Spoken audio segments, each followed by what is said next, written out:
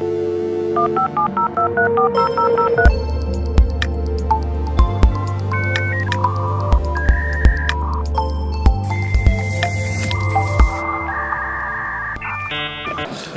afternoon, everybody. Welcome to ITWeb Security Summit. We are still here, and today we are now joined by Ishaaq Jacobs, who is the CISO at Sasol. Ishaaq, welcome. Good afternoon. Yeah, thank you. Just to get started, just give us a bit of background of your team and the kind of IT landscape that you operate in, that you have to protect. Okay, so Sasol, we're multinational, so we're obviously global, and we've got to protect our interest globally. Yeah. And my team looks after cybersecurity for Sasol across all regions. And we operate across both the IT and the OT space. Yeah. So the entire landscape Yeah. is part of what we need to protect. Yeah, managing such a big organization, I think it requires you to have a strategy. What's your strategy that you have, if you don't mind sharing with us some of the things that you do to make sure that the environment is safe? Sure. So fundamental to our strategy is to ensure that we protect our business and our operations from any negative cybersecurity impact. Right? And for us to be able to achieve that, we try and be what we call proactive. That means we're trying to move away from the traditional type of response. Some incident happened, let's respond to it. Yeah. To try and get ahead of it by making sure that we are more resilient. And for that to be effective, we need to have excellent detection capabilities and the ability to respond quickly and restore business so that we minimize any impacts. So we focus significantly on that, but we obviously do a lot of the protection elements as well. Yeah. But we fundamentally believe that in cyber, you cannot just be protecting all the time. Yep. The saying, it's not a matter of if but when, or nowadays, how many times a year. And we try and make sure that we are resilient. So our strategy is proactive resilience. And in that way, we aiming to have no negative impact on our business. In the last 2 days, we have had discussions about cybersecurity and how it's evolving. What are some of the challenges that you as Sasol have faced, and how have you guys managed to deal with those?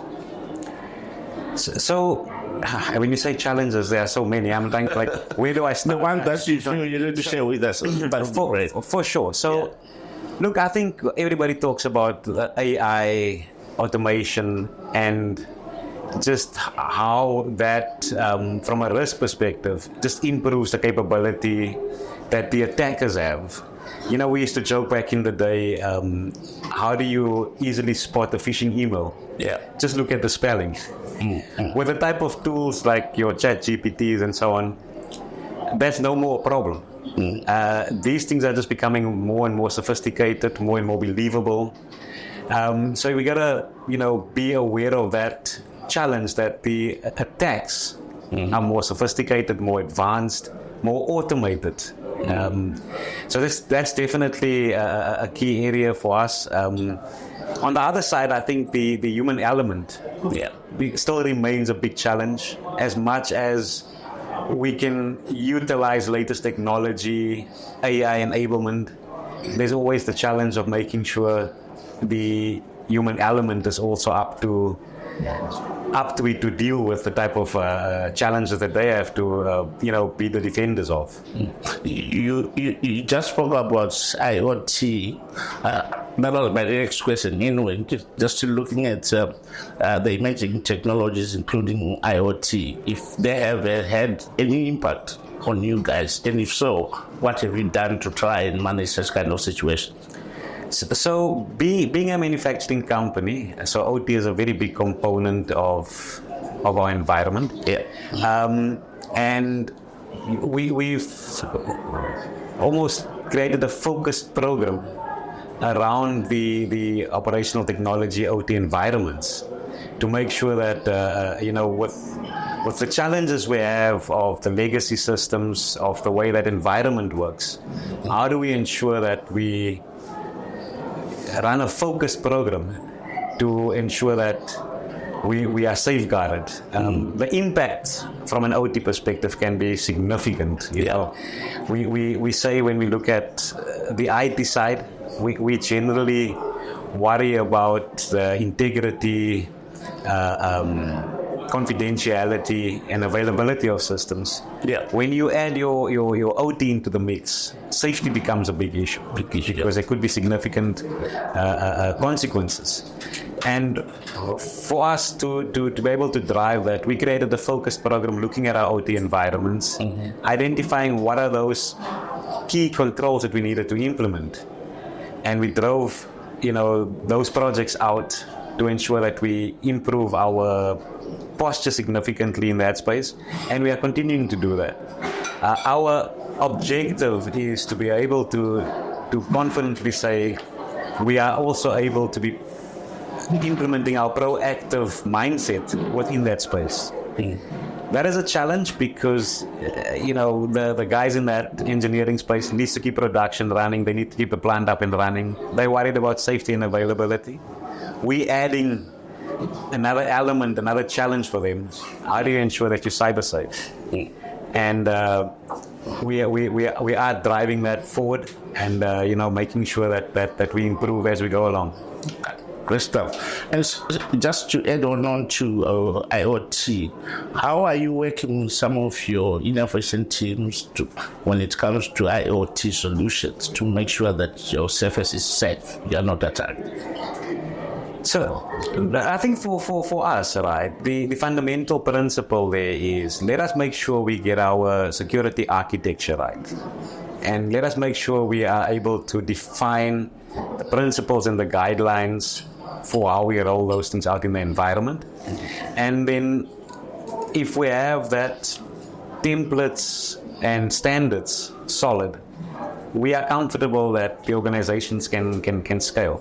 So instead of trying to do big projects for this, we try and do the small things well, be good at it, and scale it out. So when it comes to the type of IoT or even the OT stuff, let's make sure we get it right for one. Yeah.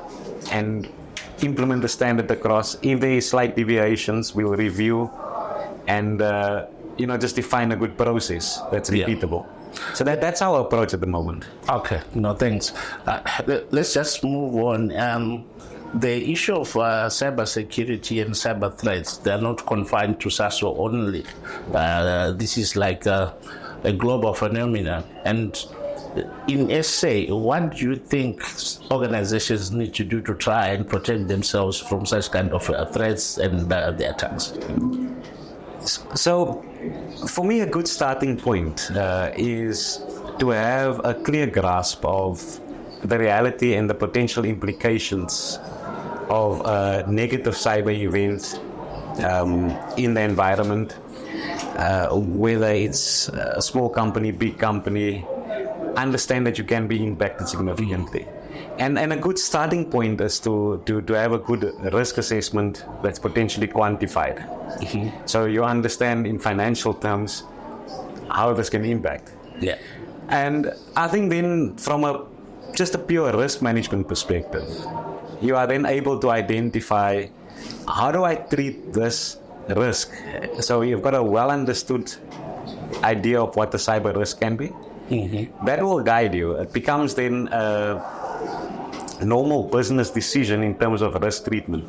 So fundamentally, get a proper assessment of the risk, understand the potential impact of a cyber event in your environment, and follow your business processes for remediating and treating risk. And that will guide you in terms of, obviously there's a bunch of standards and things now when you get into the details of how you can handle the remediations and treatments and type of defenses and things you can put in place.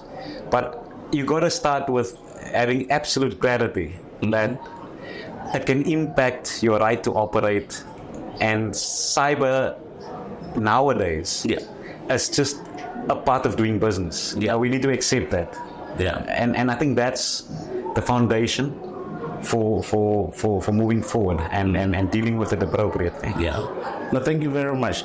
Ishaaq, as we move on, I don't know how to put this nicely.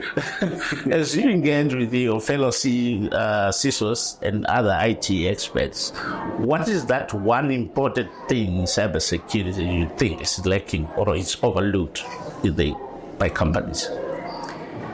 I think for me, so my personal take on this is that cybersecurity is not a exercise around compliance. It's not a paper exercise. You've got to get into doing actual testing. And I think for me that's the critical part of being able to achieve a solid mature cybersecurity environment is to not make assumptions around how good you are, but to do actual penetration testing, red teaming exercises, because that is exactly what the criminals will do to attack you.